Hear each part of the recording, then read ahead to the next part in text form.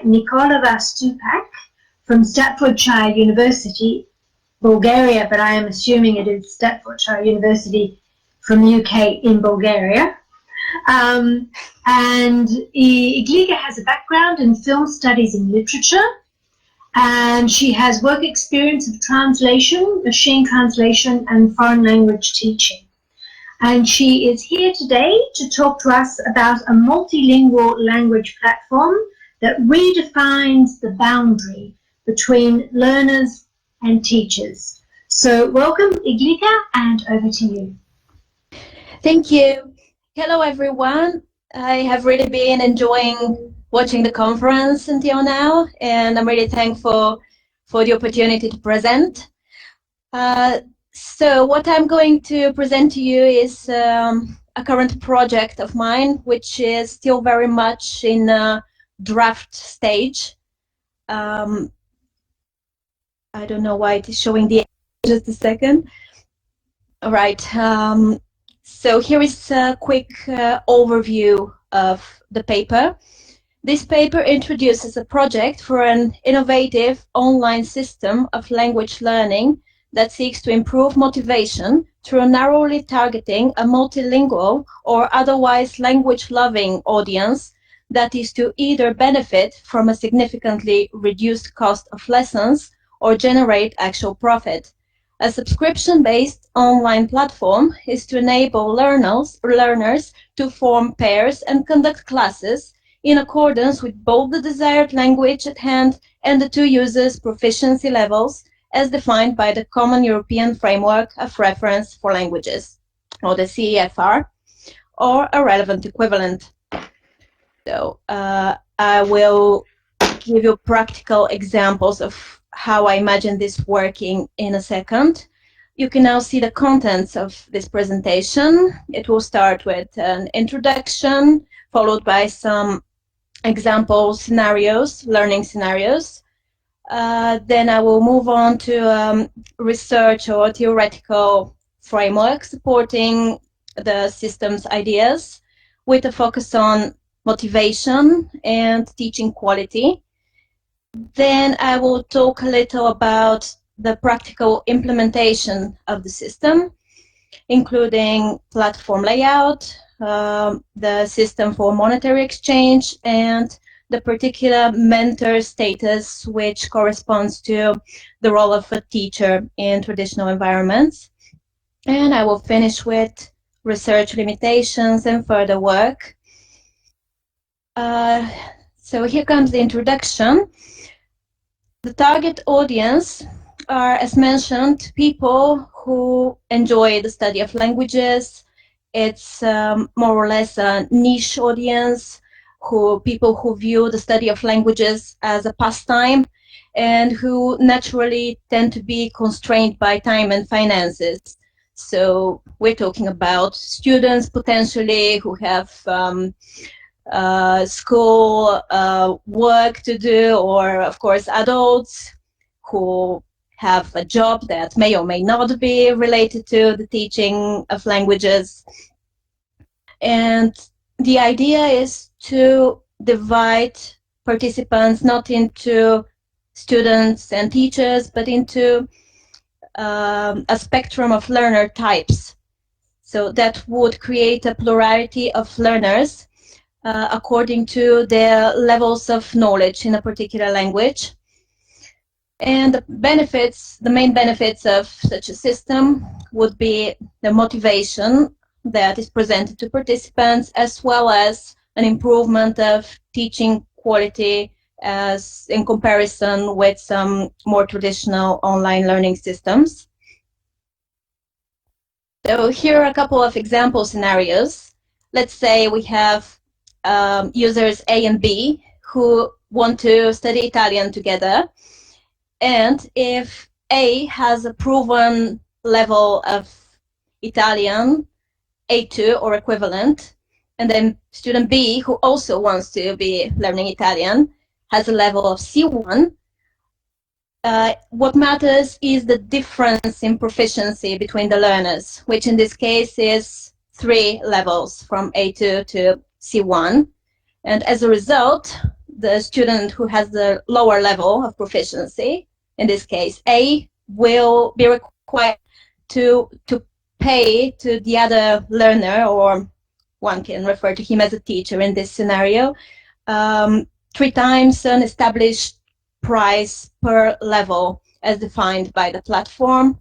Let's say if this is equivalent to €3, then the price that A will have to pay to B would be 3 times 3, that is to say €9. Another scenario, if A, the same A, decides to study with C, whose level is the same as his own, which is A2, there will be no monetary exchange, which will be likened to a situation of language exchange as has been around as a system of learning for a long time, just 2 learners sharing and learning together, with the main difference here that it would not necessarily be native speakers of the respective language. Then another idea is that there will be a special status for users who can prove an especially high ability. That is to say, 2 C2 or equivalent language certificates in 2 different languages, or we can think of it also as any combinations of any languages, as in 1 C1 certificate in one language and, for example, 2 C1 certificates and then 1 A2 certificate, or even if we push it, 12 A1 certificates in different languages. So these users can acquire a special status as mentors, which will be the closest thing to teachers, and they can benefit from a higher rate of profit as in addition to their title of mentor.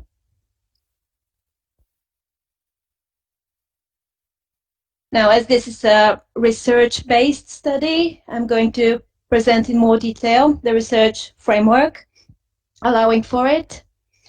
First of all, there is a big reliance on learner motivation. To start with, there is by definition an audience of motivated users as they enjoy the study of languages.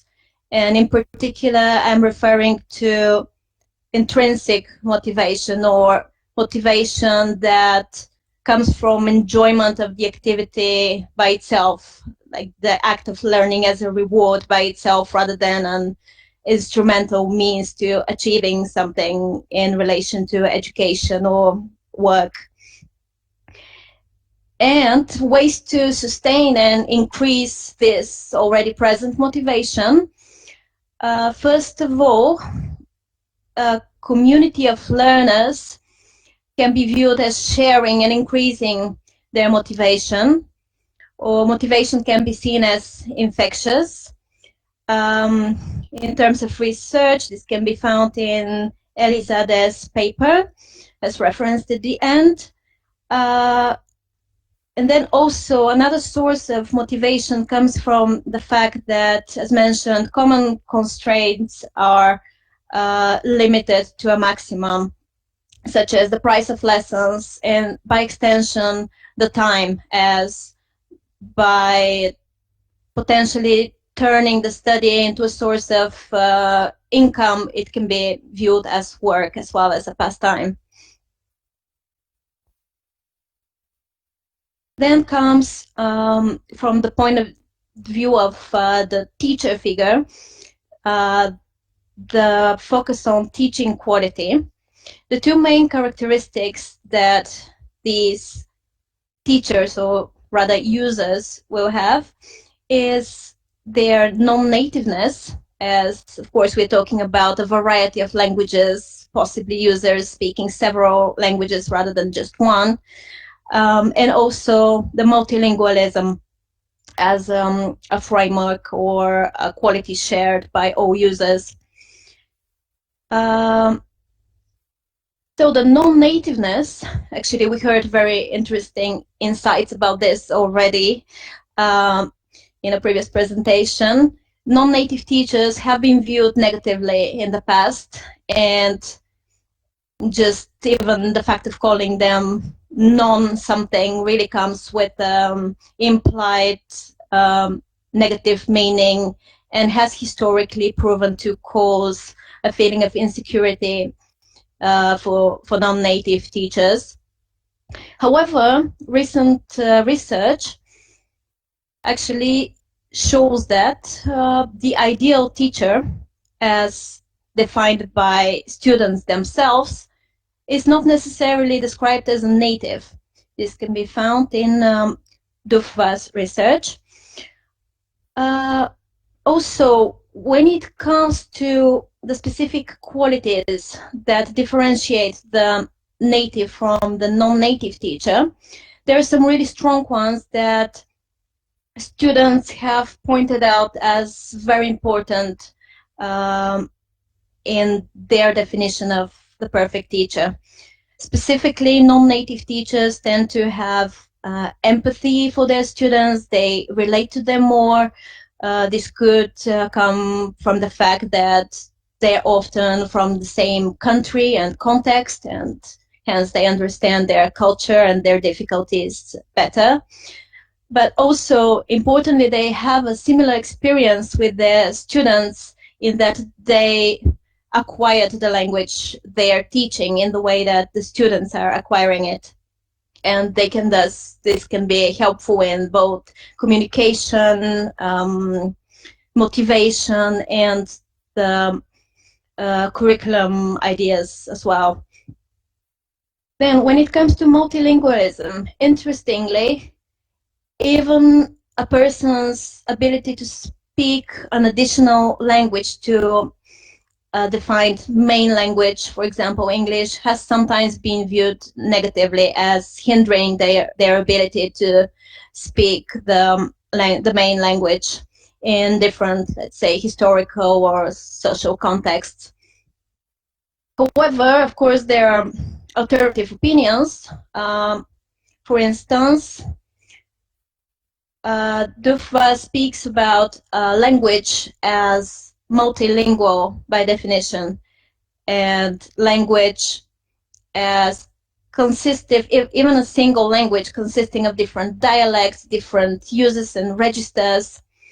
And this can be likened to a Bakhtinian way of seeing many different levels rather than opposition between native and non-native. And also, interestingly, there is really a lot of research that proves that experience with multiple languages in all possible combinations, multiple native languages or previous study of languages, is beneficial for language studies. And this can involve more or less direct benefits. Similar languages can help each other. For example, someone who has already learned a Latin-based language will naturally find it easy to learn another one, especially in terms of vocabulary. But also there are more general linguistic skills, such as the perception of grammar, and also some skills that go beyond linguistics, such as cognitive skills that have been proven to be improvable by the use of multiple languages. Now, I'll talk a little about the implementation of the system. Platform layout. So, generally speaking, the platform is meant to be simple, intuitive, and as such, it is likely to resemble other online learning websites, which involve user profiles and the scheduling facility. The majority of information is to be present only to subscribed users via secure login, and profiles are to be generated and filled in according to personal preference, and naturally the focus being on information about language skills and goals. And lessons are to be scheduled internally for the system, such as through the opening and reservation of user time slots. This is used, for instance, in Japanese Eikaiwa schools.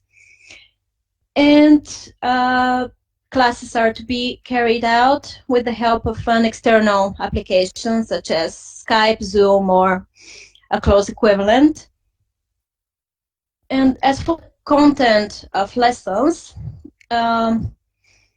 it is to generally be defined by the learners themselves. That could be focused on conversation, or let's say the reading of articles or educational materials. And it will be ideal if eventually there is a creation of learning materials internal to the system and relevant to all languages that are present in the system.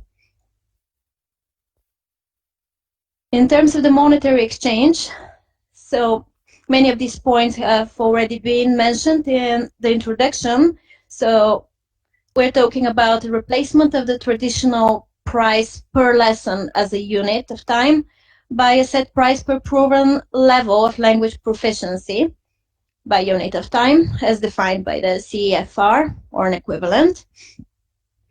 So to sum it up, the closer the process is to learning together, rather than to one user teaching another, the lower the price is. And when the levels diverge, the learner with the lower level is to pay the defined price per level multiplied by the difference in levels. And in order to encourage the community of participants and loyalty, the full payment for lessons is to be paid to the participants themselves, while the website benefits from a minimal subscription in order for users to be able to access its facilities. And a few more words about the mentor status. Actually, the idea of statuses already exists in some language learning environments, such as language exchange, as like websites which provide learner profiles for language exchange would occasionally feature statuses, even though they would not be referred to in these terms. Also, users, the idea for mentors is that they're users who are rewarded for their effort and their close inscription within the system's philosophy as such. And interestingly, as said, they should be able to prove through certificates a high ability to speak different languages. And they are to benefit from the higher rate of lessons in every language, not necessarily one of the languages that they hold certificates for, which brings us back to the idea of language as a common concept as opposed to separate languages. So finally a few words about the reliance on official language certificates to determine the status. Of course, it has its limitations, as the few central certificates, most of them in English, do not necessarily comply to more local standards, and sometimes hard to equate to them, which ideally would be resolved by the conduction of internal certification exams for the system. And I think there can be a lot of positivity viewed lately in this area. For instance, the newly made IELTS indicator exam, which is completely conducted online, even though it is not considered to be entirely official. Actually, I took this exam, so I saw exactly what it is like to take an exam in this kind of home situation. And interestingly, when we talk about official exams, they have been, even though they have been criticized for a couple of characteristics, they are viewed as beneficial by students, beneficial in their studies or in their future work. And in particular, the CFR framework and its official documentation specifies its goal to achieve compliance and coherence between different languages, and also they prioritize participants which evaluate and even define tasks who can speak several languages, because this is a way to really determine with an additional level of certainty the status or the level of different tasks. So conclusion and future work. The paper has presented the general framework behind a conceived system that involves the learning of multiple languages as combined with an opportunity to reduce costs or to make a financial profit. The goal of the project is to both seek and enhance learners' motivation. And a current limitation is that this has been an entirely research-based project, and it would benefit greatly from practical examination, which would involve a number of language enthusiasts, possibly questionnaires issued in order to evaluate problems encountered, the quality of a system, recommendations, with the focus will be on qualitative rather than quantitative evaluation. First of all, because we are mainly interested in the intrinsic enjoyment in the process of study, but also because of the short temporal frame that an experimentation can offer when it comes to the level of students. It would be difficult to actually witness improvement of level in such a short time. Okay, this was it. Now you can see my references. Thank you for your attention, and I will be happy to hear questions or comments if you have any. Thank you very much, Idlika. Questions now. We just have time, I think, for one, because we are sort of running a little bit late here. Do we have a question for our last presenter? Okay, I just have one quick question for you, Idlika. Is this who is this platform promoted by? I'm not quite sure I understand. By European Commission or by your university? Who is the promoter of the platform? This is a work in progress, really, because I am in the process of changing affiliation. I'll be moving to a university in Japan in the near future. So this is something that is yet to be determined. Okay, but you are the creator of this platform? Yes, yes. Ah, okay.